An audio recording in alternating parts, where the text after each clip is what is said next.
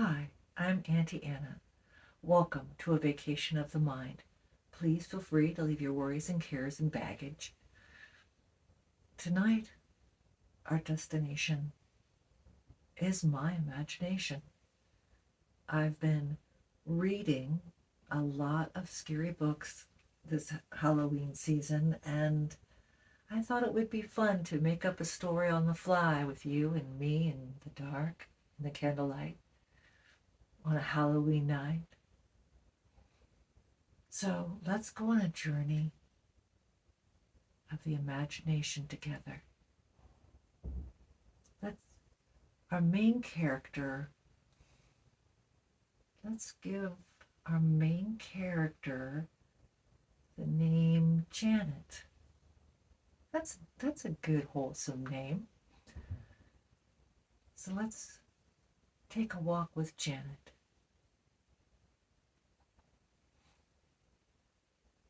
Janet was walking through her old hometown, which she'd left many years ago. She'd come home, her mother had just passed, and she had to deal with the estate, and she had to walk by that house, that horrible house.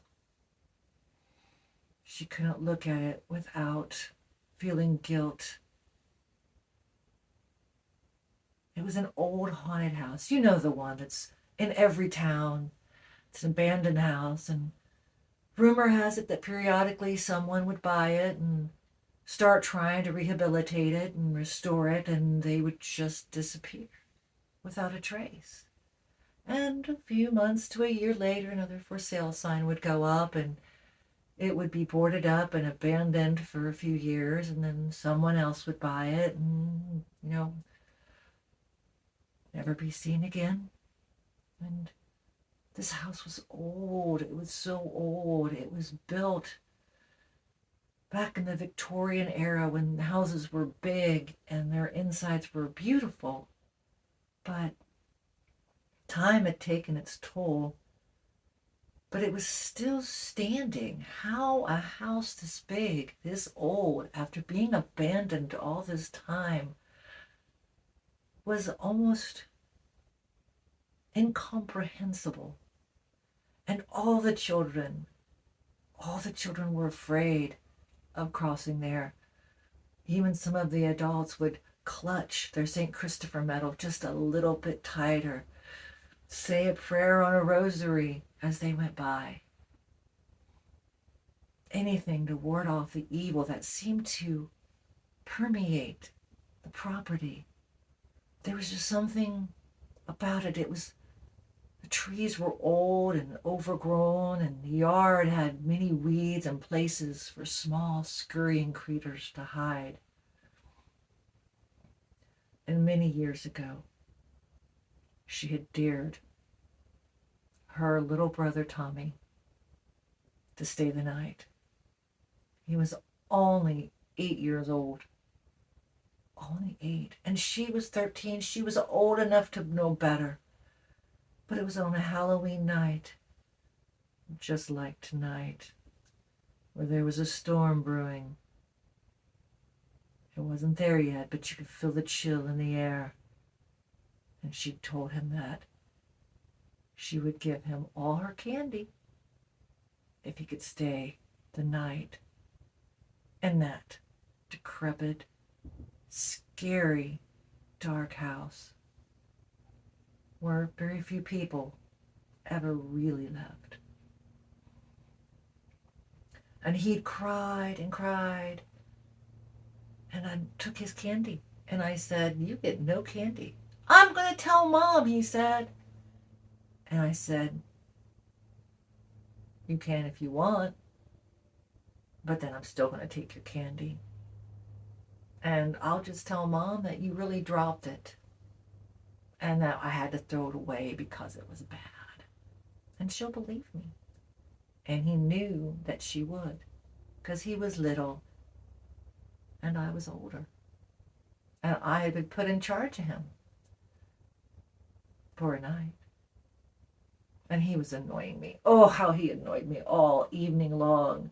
I was trying to go, he was hanging out with me and my friends, that tag along little brother that was constantly kicking the back of our heels, pulling on our costumes, whatever he could think to get attention, telling stupid jokes and embarrassing stories. I just wanted him out of my hair so my friends and I could go back to the house and tell stories and eat popcorn and eat our candy without a troublesome little brother. And I thought my parents were going to be gone for the evening. They would never notice.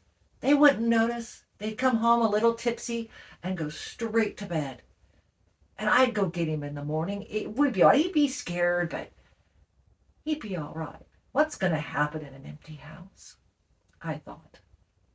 I thought wrong. Well, that we crept around the building and we found a loose board and popped the board. And I said, I'll give you some candy to make it through the night. And I gave him a couple candy bars. And I said, I'll give you the whole thing if you go in. And he stopped crying and he jutted his chin out.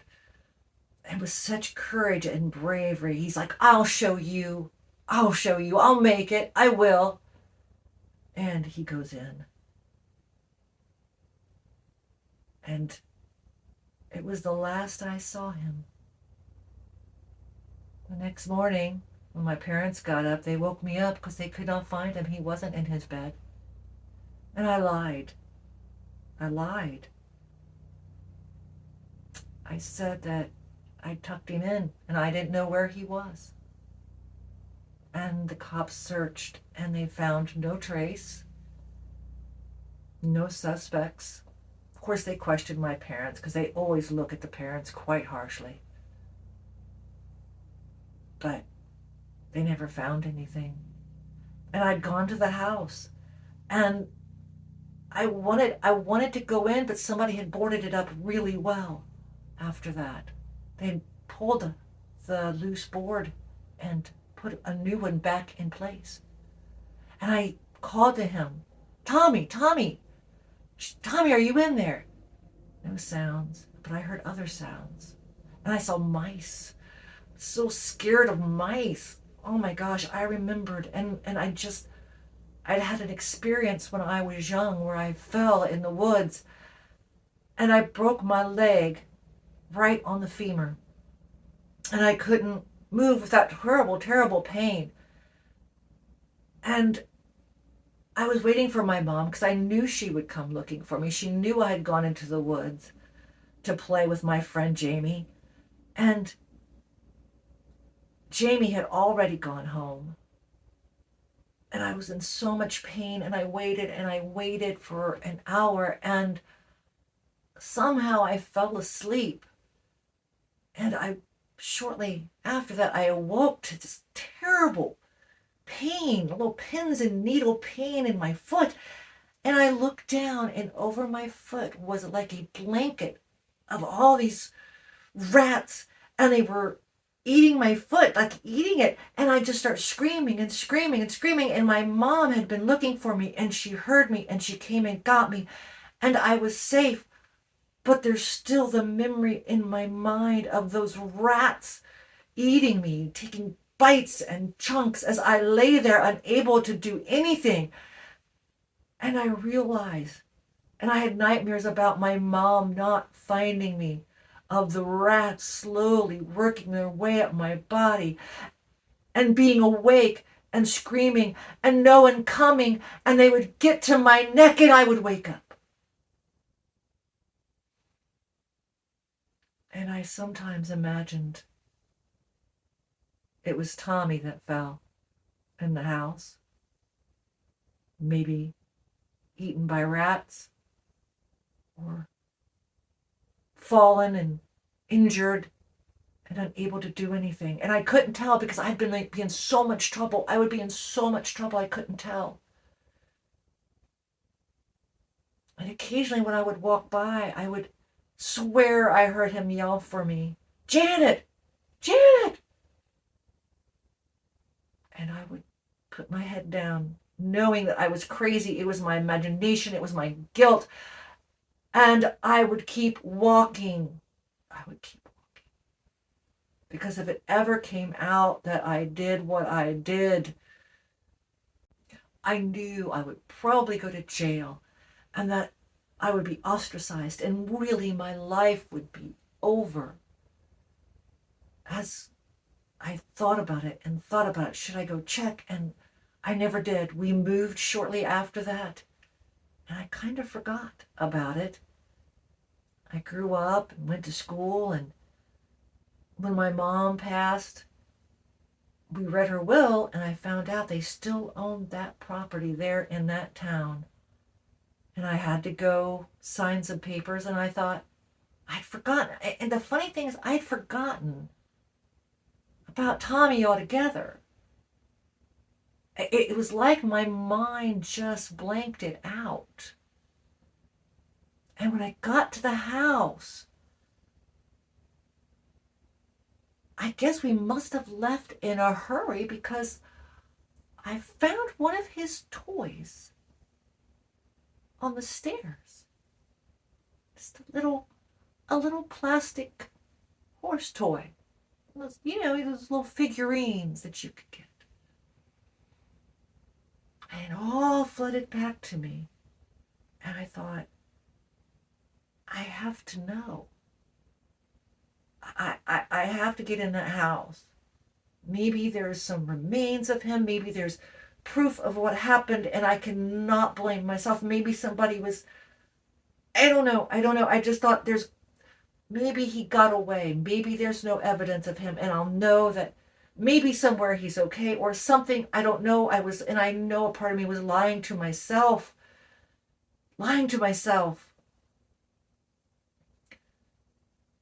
So that night was Halloween. Of course it was Halloween. And the wind was howling. And there was a storm brewing. But I went. I had to go. I had to put this to rest. And maybe I'm remembering it wrong. Maybe my mind conjured this because he had died some other way. I don't know. I tried to rationalize another reason, another truth that maybe I wasn't or hadn't, but I knew I had. And I walked there as I felt the wind pick up and the chill in the air. And I go up those creaky stairs. And I go around to the house, to that board. And it wasn't there. It was nowhere to be found. And I thought, wow, why? Maybe something or someone wanted me to go there. Maybe they knew I would be there. So I decide I'm going to go in, and I get in the window and I see dust everywhere. There's still furniture there from one of the many renovations with sheets over them. And so it was like a ghost house with ghost furniture. And there were pictures on the walls of, like, it looked like it could have been family members of someone. They all looked vaguely off. Like maybe one's eyes were too big, or maybe their teeth were a bit too long, or their eyes a bit too wild. It was disconcerting. And all of a sudden I heard, Janet! Janet! It sounded like Tommy. This has to be my imagination. And I look over and I see a rat. This sewer rat. Fat and mangy and grotesque. And it sits up, and I swear it looked as if it was pointing at me, as if it was beckoning me next, and then started running up the stairs. I went over slowly to the stairs, and there were more pictures on the wall against the side of the stairwell. And each picture got odder and odder. The first story stairs were mostly like the first floor, where there was a little bit off about them. And as I approached the landing, this mangy, cancerous rat was beckoning me to come. And this has to have been in my imagination. I felt like I was in a dreamlike state, and that I just felt this urgency to follow him. Maybe, I don't know, I think I told myself that maybe it was Tommy trying to show me what happened to him. Maybe he was inhabiting this rat and trying to guide me to his solution to free his spirit. I've heard so many ghost stories where the ghost haunts people so that they can find their bodies and their remains and solve their mystery and put them in a proper graveyard with a proper acknowledgement and funeral to free their soul. So I'm thinking maybe he's trapped here. I don't know, maybe. There's so many maybes, and I kept telling myself this can't be real. This is ridiculous that I'm doing this. There's a part of my rational mind that felt I was going insane. Something in my mind knew that the things I was thinking and feeling couldn't be true, but my eyes and my ears and my hands with the touch of the dust were telling me it was real.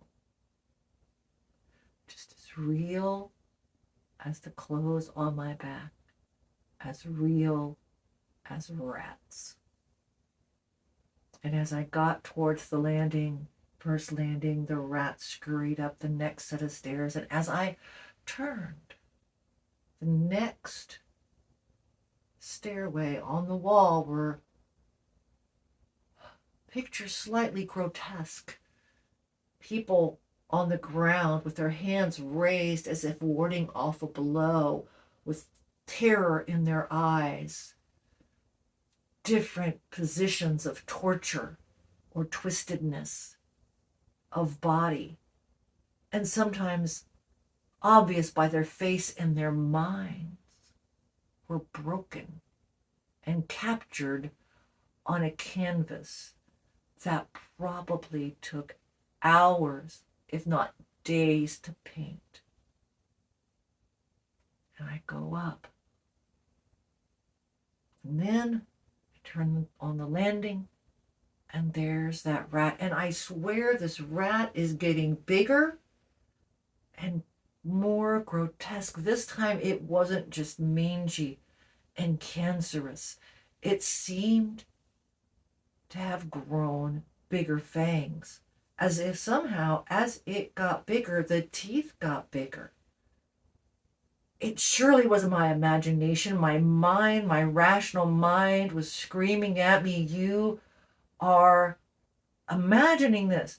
You are imagining this. You need to get out of here.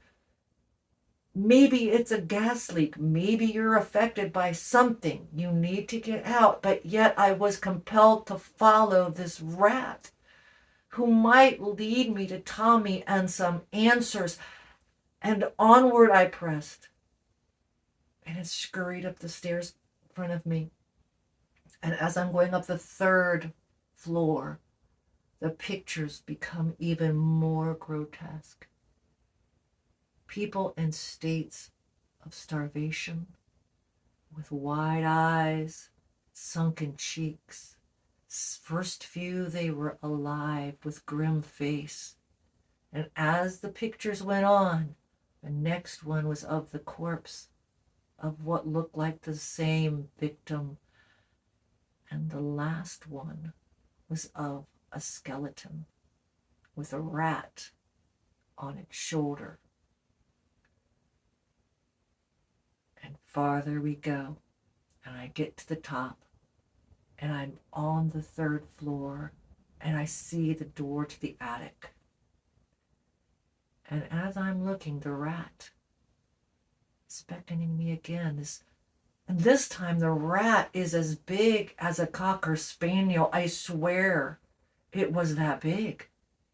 Was it the same rat? Were rats taking turns? Or some other ridiculous hypothesis that my rational mind was trying to come up with? There is no way this rat was getting bigger, and yet my senses, my eyes, my ears, the dust on my tongue that I felt every time I inhaled, told me it was real. And as I start towards the attic door opens by itself, and the rat goes up the stairs. I hesitated. I did. I heard the scurrying rats, as if hundreds of them were up there. Hundreds, waiting for me. But Tommy might be there. Maybe it would take courage to right my wrong. Maybe now I could bring his bones home and free him from this house. Maybe. It's not too late for redemption. And I slowly went up the attic stairs. I closed my eyes and I inhaled, gathering all the courage I could. There was almost no light coming in. It was dark, just shades of gray. You know, that twilight time, because there was a storm outside and most of the light had started to go, but there was just enough moonlight on this full moon, and it broke through the clouds and it shined into the attic window.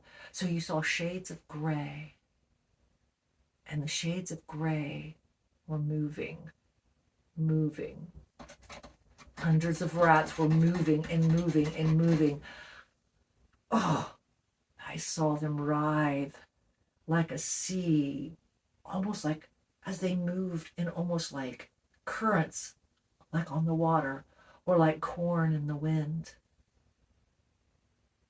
And I looked and I saw there was a wardrobe, like in that one children's story, a wardrobe that led to another world. And I thought, if I was a kid and there had been rats and I knew I had to stay the night, wouldn't that be where I would be? And I thought, maybe he got trapped in there. Maybe I can still at least rescue his remains and free him from this house. And maybe that would stop the nightmares and the guilt of that night. And I reach over and I open the door. And as I open it, I swear I see Tommy's face. And as his bones fall on me, I try to grab them and they turn to dust. And at the same time, the rats come running for the remains, and they crawl over my feet and they start eating my feet. And I try to run and I fall. And I feel them covering me and their little teeth biting me. And I can't get up. There's too many. There's hundreds of them covering me. And as I start to scream, they crawl into my mouth. And the last sound I made was a muffled, choked scream as the rat started eating my tongue. And it took a long time to die. It took a long time. And every day, I'm still there, living that. Because Tommy won't let me die and won't let me forget. And we're there forever now. and we'd still be waiting and waiting to be freed. Well, fellow travelers, thank you for indulging me. I hope you enjoyed this vacation of the mind. And give me a like, a share, a comment, or subscribe. And I hope you have a happy Halloween full of safe scares. Until next time, I'm Auntie Anna.